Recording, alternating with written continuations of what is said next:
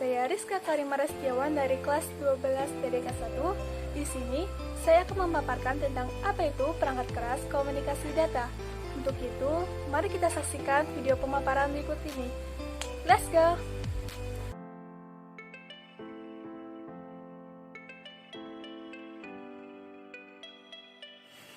Oke, di sini ada tabel materi mengenai perangkat keras komunikasi data, meliputi yaitu pengertian, peralatan interaksi, jenis perangkat keras, media transmisi, serta penanganan kesalahan transmisi.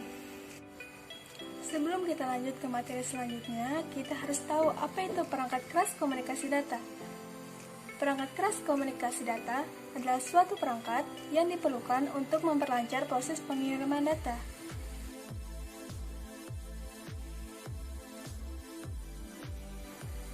Perangkat keras komunikasi data mempunyai peralatan interaksi.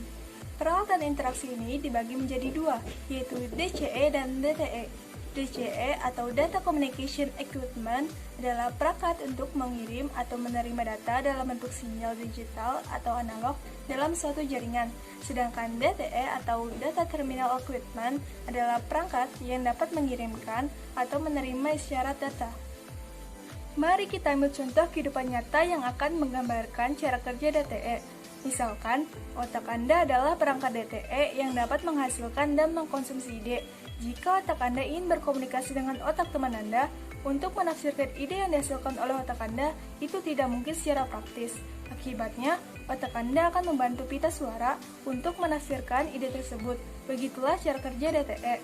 Sedangkan, untuk DCE, untuk mencapai komunikasi ini, baik DCE pengirim dan penerima harus menggunakan metode modulasi yang sama, misalnya FSK. Seperti halnya jika Anda ingin berkomunikasi dengan seseorang yang mengerti satu bahasa tertentu, maka Anda harus berbicara bahasa tertentu juga.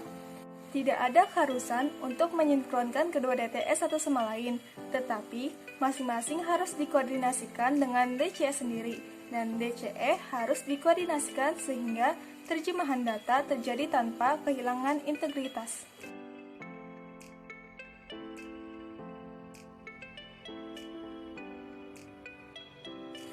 DCE dan DTE harus saling berhubungan dalam penggunaannya. Pengatur yang bertugas untuk menghubungkan kedua peralatan ini disebut DCCU atau Data Communication Control Unit. Adapun tugas DCCU antara lain yang pertama, membentuk antarmuka antar sistem masukan, keluaran, bus dan modem. Yang kedua, mengendalikan sinyal antarmuka modem dan konversi sinyal agar sesuai dengan antarmuka. Yang ketiga, mengubah data yang akan dikirimkan menjadi serial maupun sebaliknya. Yang keempat, mengatur error recovery dengan mekanisme retrieve. Yang kelima, melakukan konversi sandi. Yang keenam, melakukan sinkronisasi karakter baik dengan cara start atau stop bit maupun dengan karakter SYN. Dan yang terakhir, melakukan pengujian kesalahan.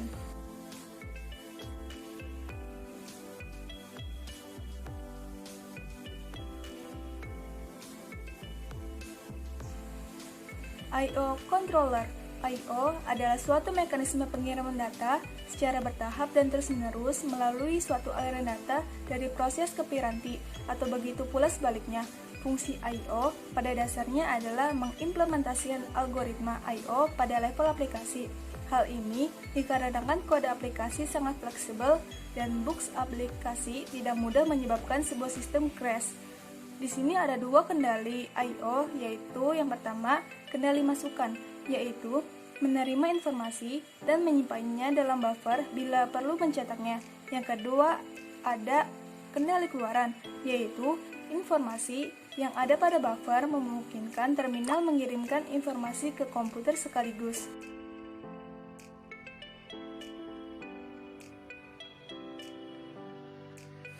Yang pertama ada terminal. Terminal di sini bukan terminal bus ya kawan. Terminal di sini adalah alat yang melayani proses input atau output. Dalam menyampaikan data ke DCE dan DTE menggunakan salah satu cara berikut. Yang pertama ada asinkron. Dengan menggunakan stop atau start bit. Digunakan untuk terminal yang menerima data dalam bentuk karakter dan langsung berhubungan dengan manusia. Yang kedua ada sinkron. Blok data yang dikirimkan berupa berita atau teks yang terdiri dari atas sejumlah karakter yang berkecepatan tinggi. Yang ketiga ada paket. Data dikirim dalam bentuk paket yang terdiri atas sejumlah bit yang telah ditentukan banyaknya. Kecepatan yang dimilikinya pun tinggi dan digunakan apabila komputer disambungkan ke jaringan data atau data network. Di sini ada beberapa macam terminal, antara lain yang pertama TeleTP Write. Alat ini seperti mesin tik, namun mempunyai keyboard dan printer. Digunakan untuk saluran yang berkecepatan rendah, tidak dapat diprogram, dan biasanya tidak mempunyai buffer atau memori penyangga. Yang kedua ada RJE atau Remote Job Entry Terminal. Alat ini seperti alat TeleTP Write namun versi modernnya, dan untuk saluran berkecepatan tinggi. Jumlah data yang ditransfer biasanya besar dan melakukan pekerjaan dengan sistem batch. Yang ketiga ada Transaction Terminal, digunakan untuk sistem enquiry atau penjualan dan sebagainya, biasanya dikendalikan oleh komputer. Dan yang keempat ada terminal cerdas, mempunyai kemampuan melakukan tugas-tugas yang sederhana. Yang kedua ada komputer. Komputer dalam komunikasi data dibutuhkan untuk mengelola data secara cepat dalam sistem real-time. Komputer pusat sering melayani sinyal terminal walaupun sebagian besar tugas telah diambil oleh DCCU, sehingga dapat mengurangi efisiensi pengelolaan data. Terdapat 3 macam penggunaan sentral komputer, yaitu yang pertama, stand-alone, bertugas melaksanakan komunikasi data yang tertentu seperti dengan beberapa macam terminal khusus dan dilengkapi dengan perangkat lunak komunikasi data. Yang kedua ada general purpose computer. Dengan penambahan perangkat keras tertentu, komputer ini dapat melayani komunikasi data terbatas. Yang ketiga ada front-end processor, melayani sebuah kegiatan komunikasi data, sedangkan pengolahan data diserahkan ke pusat. Yang ketiga ada multiplexer. Fungsi multiplexer adalah membagi link menjadi bagian yang masing-masing berisikan informasi dari sumber yang terpisah. Prosesnya disebut multiplexing. Jadi, multiplexing adalah penggabungan 2 sinyal atau lebih untuk disalurkan ke suatu saluran komunikasi. Di bawah ini ada gambar perangkat keras yang menggunakan multiplexer dan tanpa menggunakan multiplexer. Yang tanpa menggunakan multiplexer, sistem informasi ini langsung ke tujuannya, yaitu CPU. Sedangkan yang pakai multiplexer akan ditampung dulu informasinya, lalu secara berurutan akan dikirimkan ke CPU. Jadi si CPU ini tidak langsung menerima informasi data yang langsung banyak, namun diurutkan satu persatu. Yang keempat ada konsentrator. Konsentrator terbentuk dari sebuah general purpose mini komputer dengan storage program yang dirancang khusus, memiliki fungsi menampung sinyal dari beberapa sumber dan menyalurkannya melalui saluran komunikasi bila saluran tersebut bebas. Adapun tujuan konsentrator antara lain adalah yang pertama, line servicing, yaitu membentuk hubungan, mengidentifikasi terminal, menentukan kecepatan dan pelayanan yang dibutuhkan.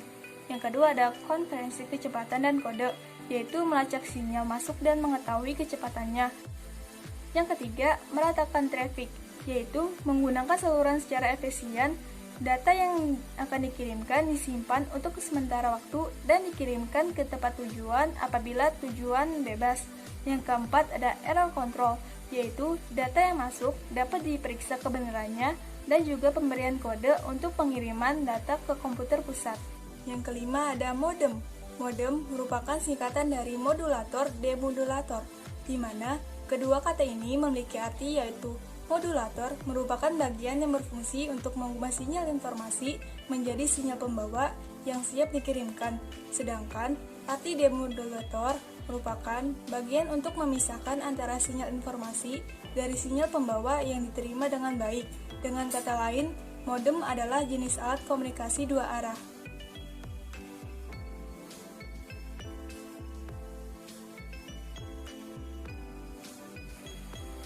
Yang pertama ada twisted pair. Twisted pair adalah media transmisi yang paling banyak digunakan dikarenakan harganya yang terjangkau. Yang kedua, koaksial kabel.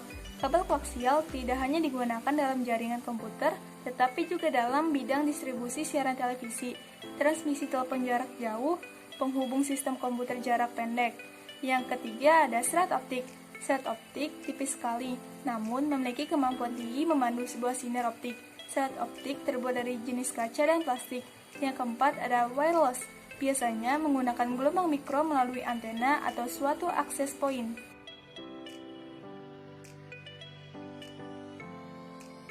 Penanganan kesalahan transmisi. Yang pertama ada echo teknik W, yaitu pendeteksian kesalahan dengan cara data yang telah diterima dikirimkan atau dipantulkan kembali ke penerima. Yang kedua ada single parity checking, yaitu pendeteksian kesalahan dengan cara memeriksa parity dari satu arah. Yang ketiga ada double parity checking, yaitu pendeteksian kesalahan dengan cara memeriksa parity dari dua arah.